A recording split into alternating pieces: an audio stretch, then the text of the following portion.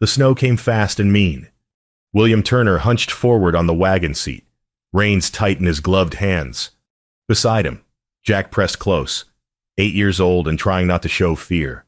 Behind them, under 2 wool blankets, Beth shivered hard enough to rattle the boards. "Pa, I can't see the road." Jack said, "I know it." William's voice stayed level. He'd driven this route 100 times. But the blizzard had turned the world white, erasing landmarks. Swallowing sound. Beth coughed, a wet sound that twisted something in William's chest. "How much further?" Jack asked. "Mile. Maybe 2. William didn't know anymore. The horses fought the drifts, foam at their bits. Another mile would finish them. Then, through the curtain of snow, a dark shape emerged. The old church, abandoned 5 years back when the town built a new one closer in. William had forgotten it stood here. "Thank God," he breathed. He drove the wagon close as he dared, then lifted Beth into his arms. She was burning up, her head lolled against his shoulder. "Jack, stay close to me." They fought through knee-deep drifts to the church door. William shoved it open with his shoulder, wind screaming behind them. Lamplight. William froze. A woman stood beside the front pew, one hand clutching a traveling bag, the other raised as if to defend herself. Dark hair escaped from under her bonnet. Her eyes were wide, startled as a cornered deer. For a long moment, neither spoke. The woman started. "I didn't think anyone else would come." William stepped inside, kicking the door shut against the wind. Snow melted off his coat onto the stone floor.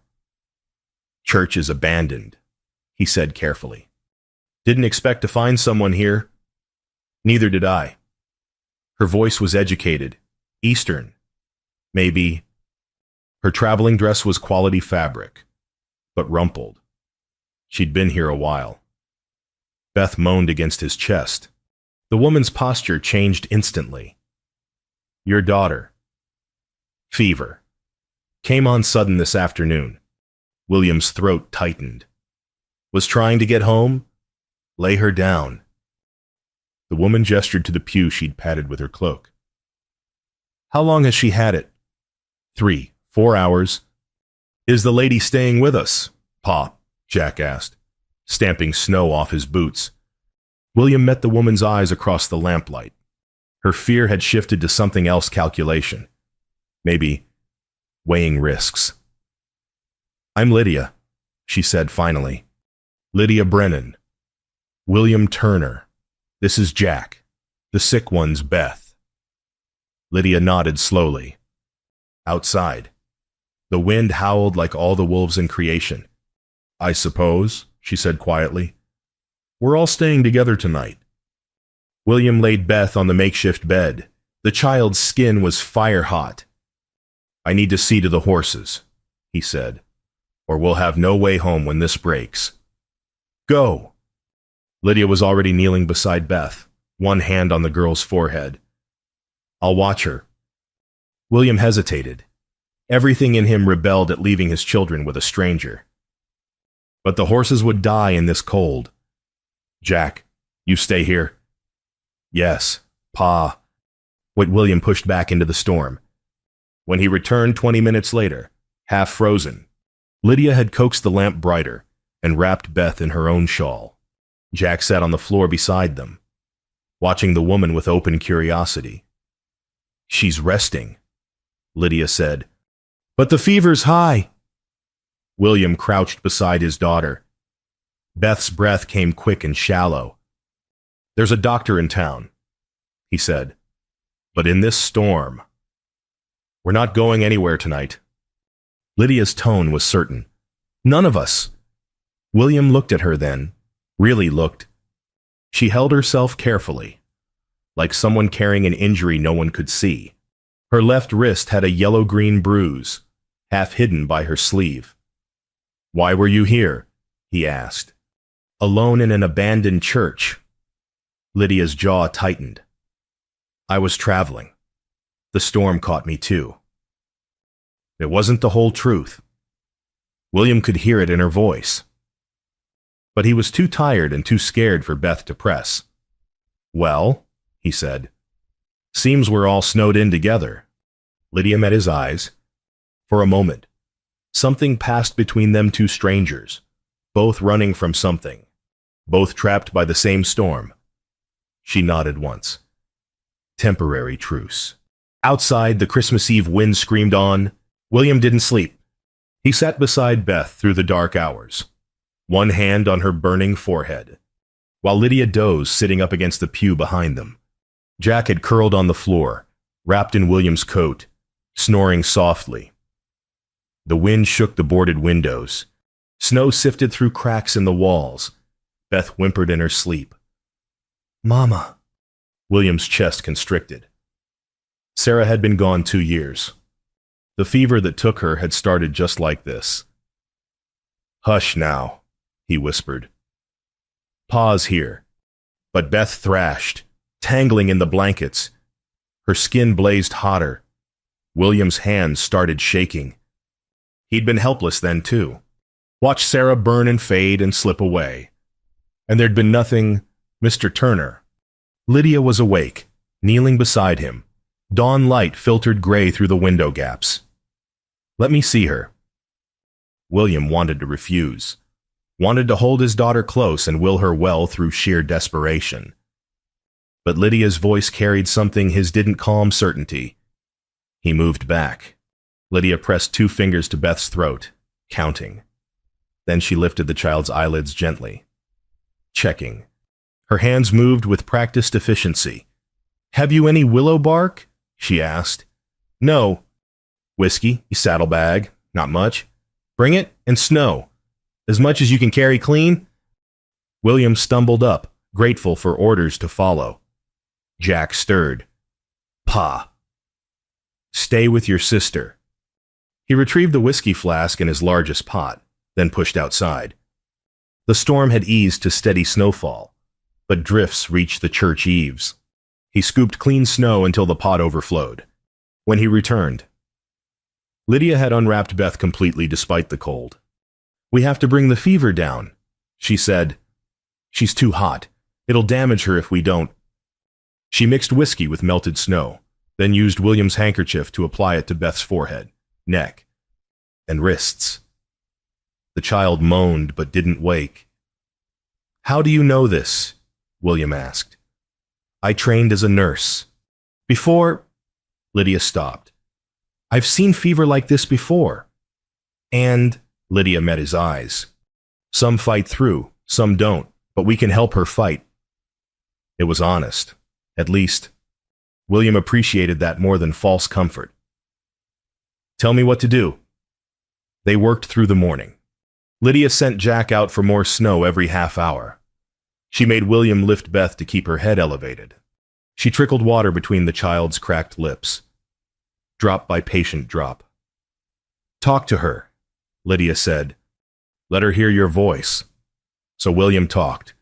Told Beth about the new calf born last spring. About the wild roses growing by the creek. About how Jack had learned to whistle just to annoy him. His throat ached with unshed tears, but he kept talking. Jack helped without being asked, fetching and carrying, his young face solemn. Around noon, Beth's eyes fluttered open. Pa, I'm here. Little bit. I'm cold. William nearly laughed with relief. Cold meant the fever was breaking. Lydia wrapped Beth in every blanket they had. Small sips, she said, holding a cup to Beth's lips. Slow. Beth drank, then fell back asleep. But this sleep was different, deeper, more natural. She'll mend, Lydia said quietly. The worst is past. William had to look away. His eyes burned. Thank you, he managed. You're welcome. Jack threw his arms around Lydia's waist. You saved her. Lydia went very still. Then, slowly, she hugged him back. When William looked at her again, tears tracked down her face. She turned away quickly, wiping them. I should rest now, if you don't mind watching her. Of course. Lydia moved to the far pew and sat, her back against the wall, within minutes. Exhaustion claimed her. William watched her sleep. She'd worked through the night without complaint, using skills she'd learned God knew where, to save a stranger's child. He pulled off his heavy coat and laid it gently over her. She didn't wake, but something in her face softened. Outside, the snow fell steady and quiet. They were still trapped, but for the first time since the storm hit, William felt something besides fear. The second day passed in strange intimacy. Beth woke properly around midday, weak but clear-eyed.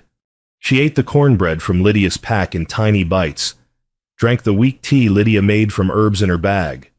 "Where's Mama?" Beth asked once. William's throat closed. "Your mama's with the angels, honey," Lydia said gently. "Has been for a while now." "Oh." Beth considered this. "I forget sometimes." "That's all right." The storm hadn't broken. If anything, the snow fell thicker. William checked on the horses they were surviving in the church's lean-to, but barely. Another day, maybe two, and they'd need real shelter. By evening, they'd settled into something like routine. William rationed the food they had between them. Jack read aloud from the small Bible in Lydia's bag, stumbling over words. Lydia helped him sound them out. "You read well for your age," she told Jack. "Mama taught me before." "She taught you well." William whittled, shaping a piece of scrap wood into a small horse for Beth. His hands needed work to stay steady. "How'd your wife pass?" Lydia asked quietly. "If you don't mind saying," William's knife stilled. "Fever. Winter like this. Doc couldn't get through the snow. I'm sorry. 2 years now." He started whittling again. "Thought I'd managed all right. The ranch runs fine. Kids are fed and clothed and warm. But they're growing up without softness." The words came hard, without a woman's touch. "Beth cries sometimes at night, and I don't know what to say. Jack asked me last month when we'd have a mama again." "What did you tell him?" "Nothing. Didn't have an answer." Lydia was quiet for a long moment. Outside, wind rattled the walls. "I was supposed to marry," she said finally. "Martin Creedon. My father arranged it." "You're running from him?" "Yes." "Why?" Lydia's hand moved unconsciously to the bruise on her wrist. "He's respected, wealthy. Everyone says I should be grateful." Her voice went flat. "But I saw how he treated his horses, his workers. Everything he touches, he controls, breaks to his will. And you wouldn't break." "I won't." Steel entered her tone. "I'd rather freeze in an abandoned church than become his property." William nodded slowly. He understood that kind of pride. The kind that chose hard freedom over soft cages. "Where were you headed?" he asked. "West. Somewhere he won't find me. I thought maybe I could teach. I'm educated. I know reading, writing, numbers. Women need those skills." "They do," William agreed. "Not many who'll teach them, though. Then I'll be one who does." Beth called out softly, and Lydia went to her immediately. She helped the child sit up, checked her temperature, smoothed her tangled hair. Beth leaned into the touch like a flower toward sun. Jack watched too. Something hungry in his young face. William felt it in his own chest, that ache for gentleness. His cabin was clean and functional, but it hadn't been a home since Sarah died. Just a place to sleep between work. "Will you stay when the snow stops?" Jack asked suddenly. Lydia's hand stilled in Beth's hair. I have to keep moving. Jack, we ball because the man I was supposed to marry will look for me, and I can't let him find me. Pa wouldn't let him hurt you. Jack said with a child's certainty. Lydia's eyes found William's across the lamplight. He should say something practical. Something about how she had her path and he had his. How they were strangers thrown together by chance. Nothing more. Instead, he said, "What if you didn't have to run? What if you had protection?" Protection. Lydia's voice was careful. A home. A place he couldn't reach you. The air between them changed, charged with possibility. "Why would you offer that?" Lydia asked. "Because my kids need what you gave Beth today. And because..." William stopped, searching for words. "Because maybe we all need each other." Before Lydia could answer, the church bell in the tower, untouched for years, suddenly rang once. The wind had caught it. They all jumped. Then Jack laughed, and Beth giggled, and even Lydia smiled. "It's Christmas," Jack said, wonder in his voice. "Christmas Eve tomorrow." William checked his counting. "The boy was right. We should celebrate," Lydia said softly. "Even here." So they made Christmas from nothing. Jack carved a star from bark while William shaped small animals. Lydia tied her hair ribbon in a bow. Beth, still weak, directed them where to place things. William pulled out his harmonica and played Silent Night. His fingers were stiff from cold, but the notes carried sweet and clear. Lydia's eyes shone with unshed tears. When the children finally slept, William and Lydia sat in the lamplight's edge. "I can't promise Martin won't come," she said quietly. "If you're serious about offering protection, let him come." William's voice was low but certain. "He'll find you're not alone anymore." Lydia looked at him for a long moment. Then she nodded once. Outside, the Christmas Eve wind sang promises through the rafters. The third morning broke clear. William woke to pale sunlight streaming through gaps in the boards. The wind had died. Through a crack, he could see blue sky. The storm was passing. Lydia was already awake, braiding Beth's hair. The child leaned against her, still drowsy. "Road might be passable by afternoon," William said. Something tightened in Lydia's expression. "That's good." But neither of them sounded convinced. Jack pressed his face to a window gap. "There's so much snow. Pa, higher than me. We'll manage." They ate the last of the food in silence. William tried to plan the horses would need water, rest before the journey. The cabin was another 3 miles beyond where the wagon stood. Hard miles in this snow. Beth coughed, and Lydia was beside her instantly. "I'm all right," Beth said. "Just tickles." "Let me check anyway." Lydia felt the girl's forehead, listened to her breathing. "You're mending well, but you'll need care for another week at least." "Will you come home with us?" Beth asked. Lydia hesitated. Please." Beth's eyes were huge. "You make the bad dreams go away." William saw Lydia's composure crack. She pulled Beth close. "We'll see. Sweetheart." Jack helped William ready the horses. The animals were weak but alive. They'd make it home if they moved slow. "Do you think Miss Lydia will stay?"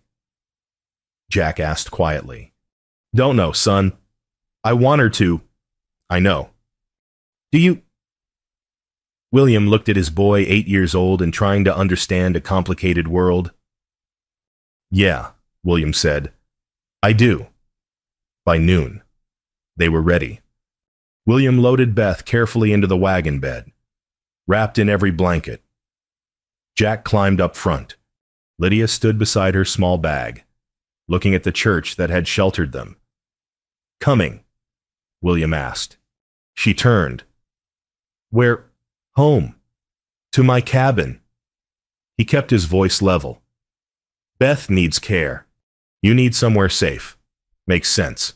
Just like that." Not expecting anything, William said quickly. "Separate room. respect.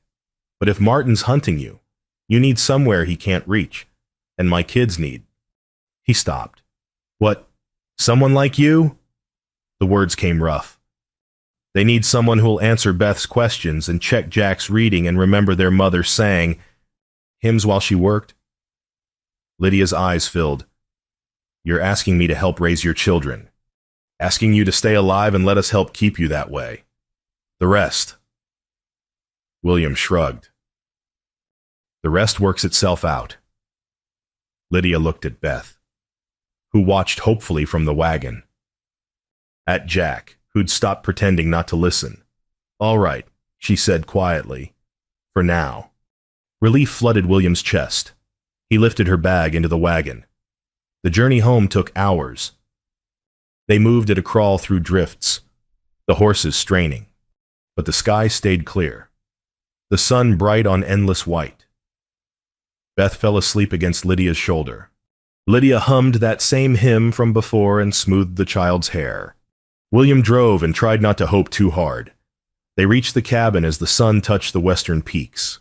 It wasn't much, 2 rooms, a stone fireplace, a porch that needed fixing, but it was solid and warm and home. Jack jumped down and ran ahead. We're here. William helped Lydia from the wagon. Their hands touched briefly. Even through gloves. Something passed between them. Welcome, he said. Lydia looked at the cabin, the barn beyond, the mountains rising behind. Her expression was unreadable. Then she smiled. Small but real.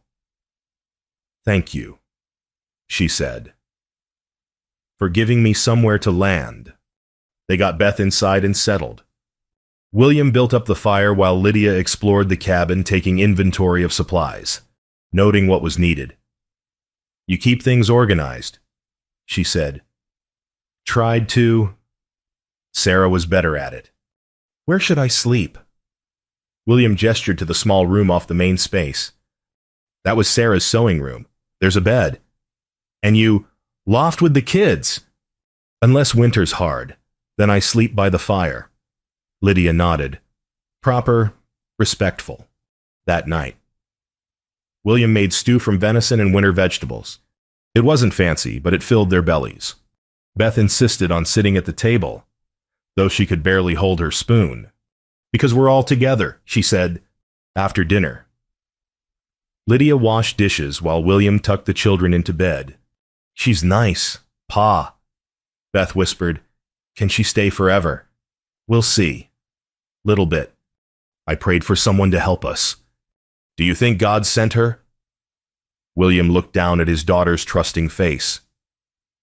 Maybe he did. When he came back downstairs, Lydia stood by the fire, staring into the flames. Second thoughts, he asked gently. 100 of them. She turned. But staying here feels right anyway. Martin will come eventually. I know. I meant what I said. He'll find you're not alone. What? Lydia asked. No, why risk that for a stranger? William chose his words carefully. Because Beth's alive because of you. Because Jack smiled today for the first time in months. And because... He stopped. Because you look at my home like it could be yours too. And I've been alone long enough to recognize the same look on someone else. Lydia held his gaze. Outside, coyotes yipped in the distance. I'll earn my keep, she said finally. Teach the children. Help with the house. I won't be a burden. You're not a burden. You're... William searched for the word. You're an answer. Something shifted in Lydia's expression. Hope. Fragile and new. Then I'll stay, she said, for as long as I can. It wasn't forever, but it was a start. 4 weeks passed like a dream. January brought clear cold and bitter winds, but inside the cabin, warmth grew. Lydia transformed the space without William quite noticing how curtains appeared on the windows. Carved from her spare dress, the lamp burned later, softer. Bread rose on the hearth every morning. She taught the children at the kitchen table, reading, writing, sums. Jack flourished under her attention. Beth struggled but tried hard, wanting to please Miss Lydia. William caught himself watching her, the way she moved through his home with quiet confidence, how she hummed while working, the laugh she'd developed low and unexpected and lovely. The town accepted her presence after initial surprise. Williams intended. They called her, though no formal arrangement existed. Lydia visited the mercantile and came back thoughtful. The owner's wife can't read. She said, "Neither can the blacksmith's daughter. They asked if I'd teach them. Will you, if you don't mind?" "Why would I mind? It's your home, your reputation. It's your home too now," William said. "Do what feels right." So twice a week, women came to the cabin. They sat around the table, pencils awkward in work-hardened hands, learning letters. Lydia was patient and encouraging. William realized his cabin had become more than a building. It was a place people wanted to be. One Sunday after church, Jack asked, "When's Miss Lydia going to be our real mama?" William nearly choked on his coffee. That's complicated. Son, why you like her? She likes us. That's how it works, isn't it? Beth nodded vigorously. We need a mama. Pa, I forget what mama looked like sometimes, and it makes me sad. William's chest ached. Your mama would want you to remember her, and it's all right if Miss Lydia helps with that. So she's staying forever. Beth pressed. I hope so. Little bit. That night, after the children slept, William found Lydia on the porch despite the cold. She stared at the stars, arms wrapped tight. You all right? He asked. Your children asked me today if I'd be their mother. William went still. What did you say? That their mother was watching from heaven and would want them to be happy? Lydia's voice shook slightly. But William, I can't promise forever. Martin will come. And when he does, we'll face it. You keep saying that, but you don't know him. She turned, eyes fierce. He's respected, connected. If he brings the law, then we'll find another way. William moved closer. Do you want to leave? No. The word came fast. That's what terrifies me. I don't want to leave. I want... She stopped. Want what? This. The children. The teaching. Waking up somewhere I belong. Her voice dropped to a whisper. You. William's heart hammered. Lydia. I know it's too soon. I know I'm still promised to another man in the law's eyes. But I need you to know... She stopped, gathering courage. If I could choose freely, I'd choose this life, this family, you. William closed the distance between them. He took her face in his hands. Gentle. Then we make it so you can choose freely. How? I don't know yet, but we will. He wanted to kiss her, wanted it so badly his hands shook, but he stepped back instead, giving her space. When this is settled, he said quietly, when you're truly free, ask me then. Lydia's eyes shimmered with tears. Ask you what? To court you proper, because I want to do this right. She laughed, wet and wonderful. You're a good man, William Turner. Trying to be... Inside, Jack's voice rose in nightmare. They both moved instantly together, in sync. Lydia soothed the boy with soft words and cool hands. William watched from the doorway, something settling deep in his chest. This was right. Whatever came next. This was right.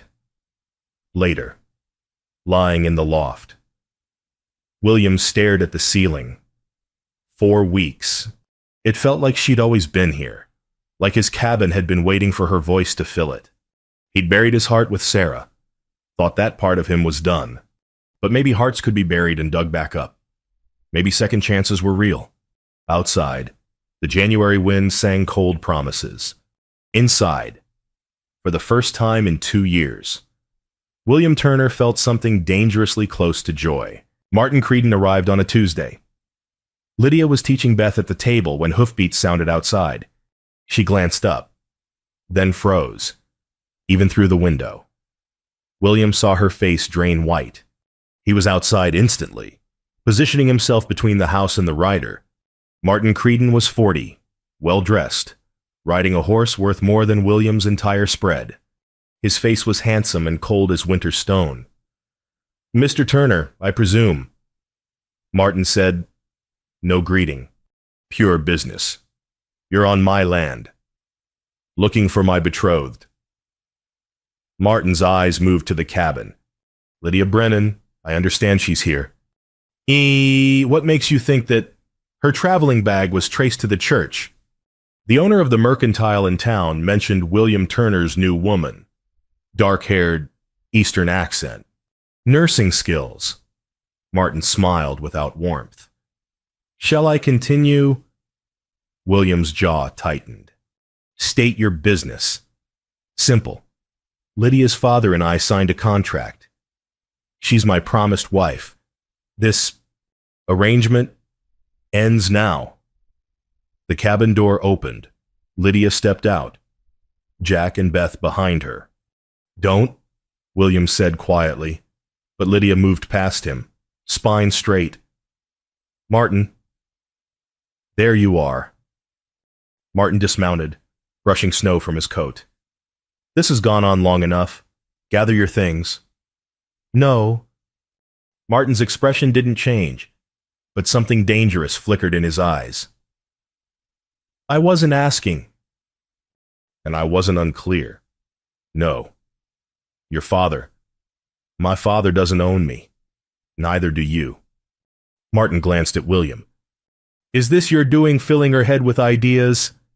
"She came here with those ideas already." William kept his voice level. "Ladies made her choice. Best you respect it." "Choice."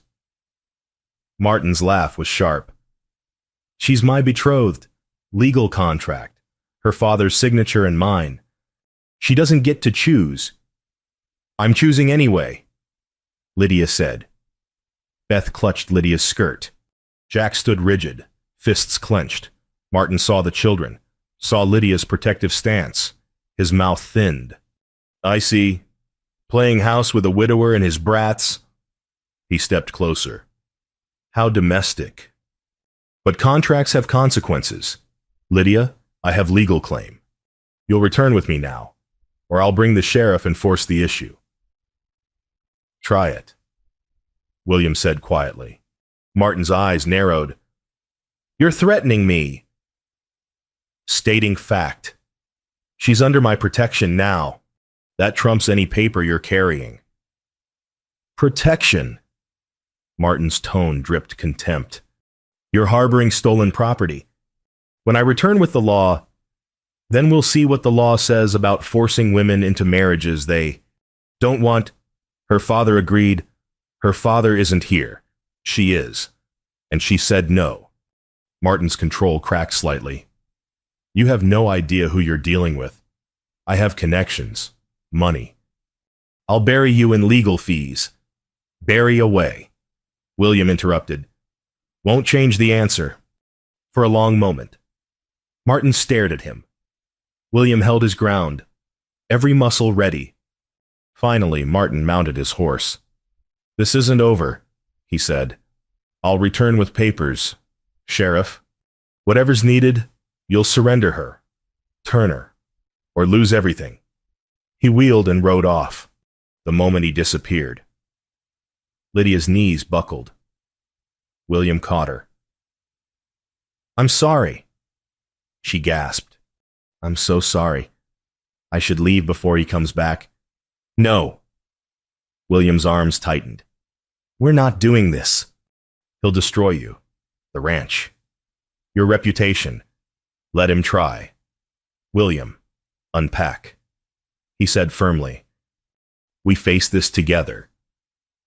"How the law?" "There's law, and there's right. Sometimes they don't match. Jack was crying silently. Beth clung to Lydia's waist. That night, after the children finally slept, Lydia began packing her small bag. William found her in the dim lamplight, hands shaking as she folded her spare dress. "What are you doing?" "I won't let you lose everything for me." Her voice broke. "I'll go tonight. Head west like I planned." William took the dress from her hands. "Stop. He'll come back. You heard him. And when he does, we'll be ready." William set the dress aside. "But you're not running. Not anymore. You don't understand what he's capable of. And you don't understand what I'm capable of when someone threatens my family." William's voice was steel. "You're part of this family now. That means we protect each other." "Family," Lydia whispered. "Family." William confirmed. "You belong here, with us. And I'll be damned if I let some entitled bastard take you back to a life that'll break you." Lydia stared at him, tears streaming. "Why would you risk so much?" "Because my son prays every night that you'll stay. Because my daughter sleeps through nightmares when you're here. Because in 4 weeks, you've made my house a home again." He paused. "And because I can't imagine waking up and not finding you in my kitchen." "William, we'll figure this out. Together. But you have to trust me." Lydia sagged against him. He held her while she cried for fear and hope and the impossible tangle of both. "I want to stay," she whispered finally. "God help me. I want to stay so badly." "Then stay." She pulled back, wiping her eyes. "All right. But if he comes with the sheriff, we'll handle it." Neither of them slept much that night. William lay in the loft, mind racing through possibilities. All of them led to the same conclusion: Martin Creedon had to be stopped. Legally, if possible. But William would do what was necessary to protect what was his. And Lydia was his. Maybe not by law yet, but by every measure that mattered. The next evening, Preacher Davis arrived with 3 neighbors. William saw them coming at dusk, riding slow, deliberate. His hand moved to his rifle by instinct.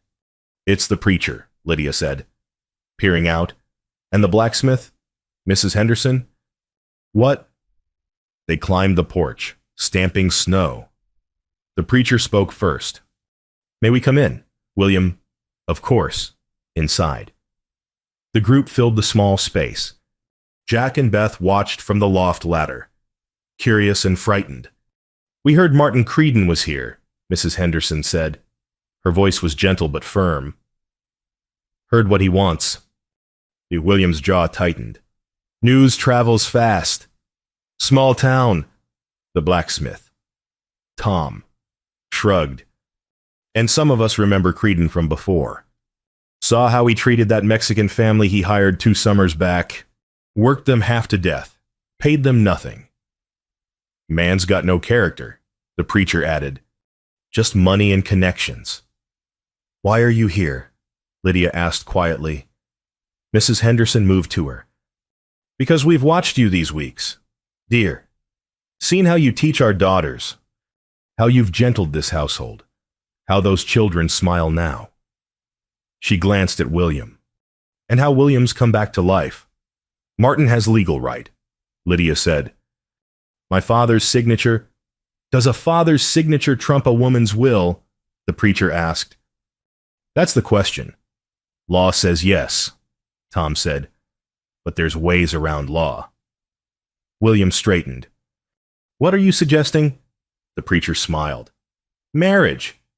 If Lydia marries before Creedon returns, his claim dissolves. Her choice supersedes her father's contract." Silence filled the cabin. "Marry." Lydia's voice came small. "You're of age," the preacher continued. "Free to choose, if you and William were to wed properly. With witnesses, Creedon's contract becomes void. But that would trap William. Lydia started. Does it look like I feel trapped? William interrupted. Lydia stared at him. I was going to wait. William said quietly, do this proper. Court you right. But if marrying now keeps you safe? He moved closer. I'm willing. Question is, are you? You barely know me. I know enough. Know you saved my daughter's life. Know you've made my children laugh again. Know I wake up grateful you're here. His voice dropped. Know I'm half in love with you already. Lydia's breath caught. But it's your choice. William added, always. If you want to run west like you planned, I'll help you go. But if you want to stay, he swallowed hard. Stay, be my wife, not out of fear, but because it's what you want. The cabin was utterly silent, finally, from the loft. Jack's voice, please say yes. Miss Lydia. Beth's small echo, please. Lydia looked at the children, at the preacher and neighbors who'd come to help, at William, standing before her with his heart in his eyes. Yes, she whispered, then louder, yes, I'll marry you. Mrs. Henderson clapped. Tom grinned. The preacher pulled his book from his coat. Then let's do it now, he said, before Creedon comes back. They arranged it hastily. Mrs. Henderson produced a simple ring her mother's. She said, the blacksmith and his wife stood as witnesses. Jack and Beth climbed down from the loft, solemn and wide-eyed. We're really going to be a family, Jack asked. We really are, William confirmed. The ceremony was brief but meaningful. William's hand shook slightly as he took Lydia's. Do you, William Turner, take this woman as your lawfully wedded wife? I do. Do you, Lydia Brennan? Take this man as your lawfully wedded husband. Lydia looked at William at his weathered face, his gentle eyes, his absolute certainty. I do. By the power vested in me, I pronounce you husband and wife. William kissed her. Soft, sweet, full of promise. The neighbors cheered, Beth squealed, Jack whooped. Mrs. Henderson hugged Lydia. Welcome to the family, dear, the real family. They celebrated with what little they had, coffee and cornbread, but it felt like a feast. Later, after the neighbors left, William found Lydia on the porch despite the cold. Having regrets? He asked gently. The opposite. She turned, eyes shining. I was so afraid. And now I feel safe for the first time since my father told me I'd marry Martin. She took William's hand. Thank you for choosing me, for protecting me. Thank you for staying. They stood together, watching stars emerge. He'll still come, Lydia said quietly. Martin doesn't give up easily. Let him come. William's voice was calm. He'll find you're not his to take anymore. Jack appeared in the doorway. Pa, can I pray now? Of course, son. They gathered by the fire. Jack knelt, hands folded. Dear God, he said earnestly, thank you for hearing me when I asked for Mama Lydia. Thank you for making us a family. Please keep us safe. Amen. Amen. Beth echoed. William met Lydia's eyes across the flickering firelight. She was his wife now. His to protect. His to cherish. And he'd be damned if he let anyone take her away. Martin Creedon returned 3 days later with Sheriff Porter. William saw them coming at midday, 2 riders, official business in their bearing. He stepped onto the porch, rifle in hand but pointed down. Lydia appeared beside him instantly. William, stand close, he said quietly. But let me handle it. The riders reined up. Sheriff Porter looked uncomfortable. Martin looked triumphant. Mr. Turner, the sheriff said, I need to speak with you about Lydia Brennan. That's Lydia Turner now, William said calmly. My wife. As of 3 days ago. Martin went rigid. That's impossible. Preacher Davis married us. Tom Henderson and his wife witnessed, all legal and proper. The sheriff pulled out a paper. Mr. Creedon has a contract signed by Miss Brennan's father, Mrs. Turner's father, William corrected. And whatever he signed doesn't matter. She's of age. She chose. That's the law. Her father's contract isn't worth the paper it's printed on once she married someone else. William kept his voice level. Sheriff, you know the law. A woman's marital choice supersedes paternal contract. The sheriff looked between them. Finally, he's right. Creedon. That marriage is a sham, Martin snapped. Done to circumvent legal obligation. Done because I asked her and she said yes. William interrupted. And because I love her. That legal enough for you. Martin dismounted. His control was slipping. You think you've won, I'll have this marriage annulled. On what grounds? Lydia stepped forward. I'm of age. I consented. We've lived as husband and wife. Her voice was steady. I'm not your property, Martin. I never was. Your father gave his word that my father doesn't own me. Lydia's composure cracked. I am not a horse to be traded or a fence line to be negotiated. I'm a person, with wants and will and the right to choose my own life. You're hysterical. She's honest. William cut in. Which is more than you've been. Sheriff. Is there legal cause to separate a married couple? Sheriff Porter sighed. No. If they wed proper and both consented, there's no cause. This is ridiculous, Martin started. What's ridiculous, William said, voice hardening, is a man who thinks a woman's no has to become yes if he pushes hard enough. He raised the rifle slightly, not aimed, just visible. You rode onto my land to take my wife. I'm asking you politely to leave. If you come back... William's eyes were cold. I'll defend what's mine. Understand. Martin's face flushed dark. You're threatening me in front of the sheriff. I'm setting boundaries. There's a difference. The sheriff cleared his throat. Mr. Creedon, the law's clear here. She married Turner. Your contract's void. I suggest you accept that. I'll sue away. William said, won't change anything. She's my wife. This is her home, and you're not welcome here. For a long moment, Martin stared at them.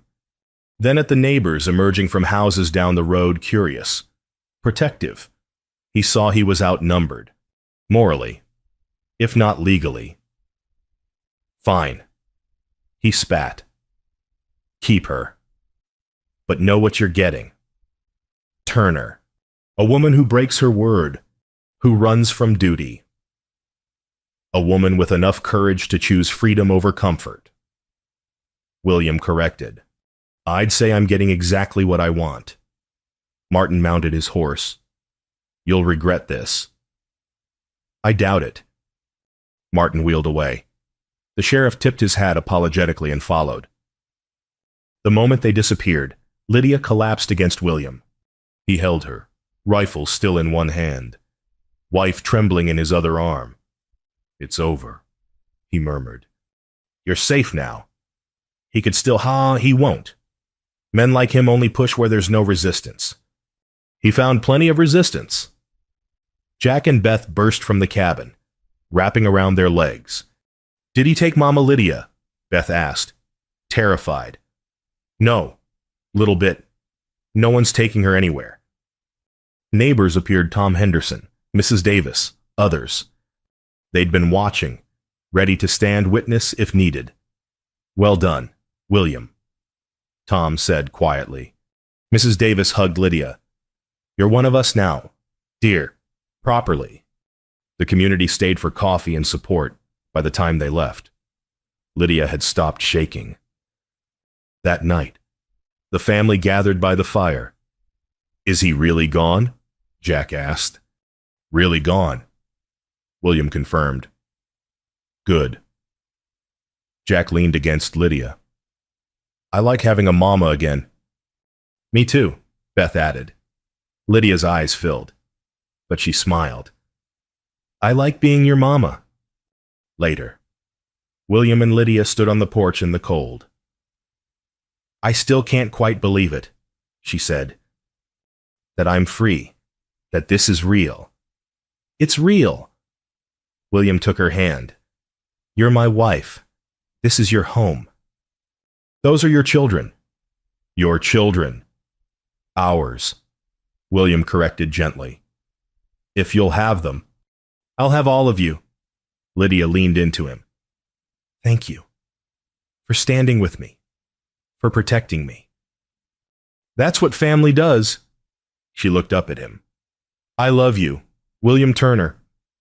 He'd been waiting to hear those words, hoping for them. But hearing them still stole his breath. I love you too, he said roughly. More than I thought possible. They kissed under the winter stars, man and wife. Truly now, inside. The fire burned warm. Spring came early that year, by late February. Snow melted in rushing streams. Green pushed through frozen ground. Birds returned, singing territories. The Turner household bloomed too. Lydia planted seeds in window boxes, herbs first, then flowers. She taught reading 3 times a week now. Women came from town and outlying farms, hungry for knowledge. Beth learned her letters and numbers. Jack started helping William with ranch work, growing confident under his father's patient instruction. The cabin itself transformed. Curtains, rag rugs, a rocking chair William built for Lydia. Small touches that made a house into a home, one Sunday after church. Beth tugged Lydia's sleeve. Tell me about Mama again. They sat on the porch steps. William listened from inside, mending tack. Your mama loved you very much, Lydia said gently. She taught your brother to read and made bread every morning and sang hymns while she worked. Like you do. Like I try to. Lydia smiled. She'd be proud of you. Both of you. Do you think she's happy you're here? I think she'd want your father to be happy.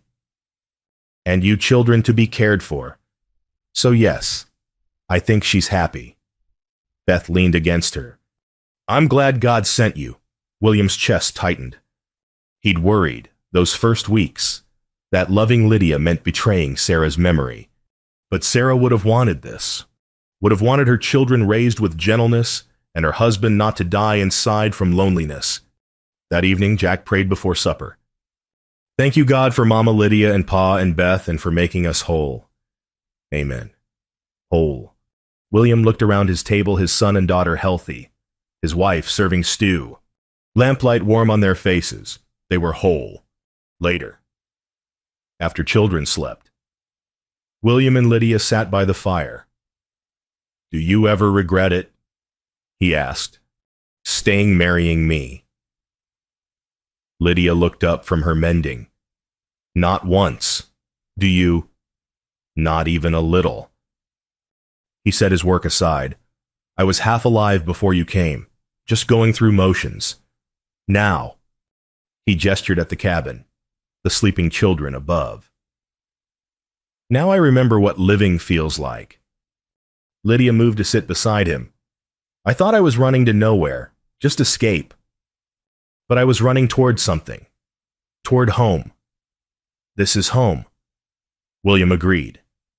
For all of us, they sat in comfortable silence, watching flames dance, outside. An owl called. Spring wind whispered promises through the eaves. Tell me the story, Lydia said softly. About how we met. William smiled. Once upon a time, there was a blizzard, and a father desperate to save his daughter, and a woman running from a life that would have killed her spirit. And whilst they found shelter in an abandoned church on Christmas Eve, strangers snowed in together. What happened then? The woman saved the daughter's life. The father offered protection. The children prayed for her to stay. William took Lydia's hand. And God answered. He did, Lydia whispered. He really did. They sat together as the fire burned low. Outside, snow melted in steady drips, winter releasing its grip, spring arriving gentle and sure. The church where they'd met stood empty again, miles away, but it had served its purpose. Shelter for the lost, sanctuary for the hunted, place where a family was born.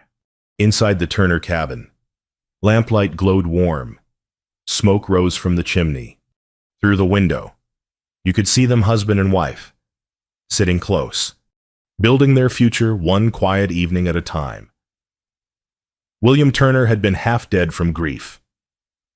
Lydia Brennan had been running for her life, but 3 days snowed in with strangers changed everything. Now they were home. Now they were whole. Now they were family. And sometimes, on clear nights when the children slept and the world was quiet, you could hear them soft laughter, gentle conversation, the sound of two broken people healing each other. The wind carried it across the valley like a promise love wins, family endures, and prayers spoken by innocent hearts are always heard.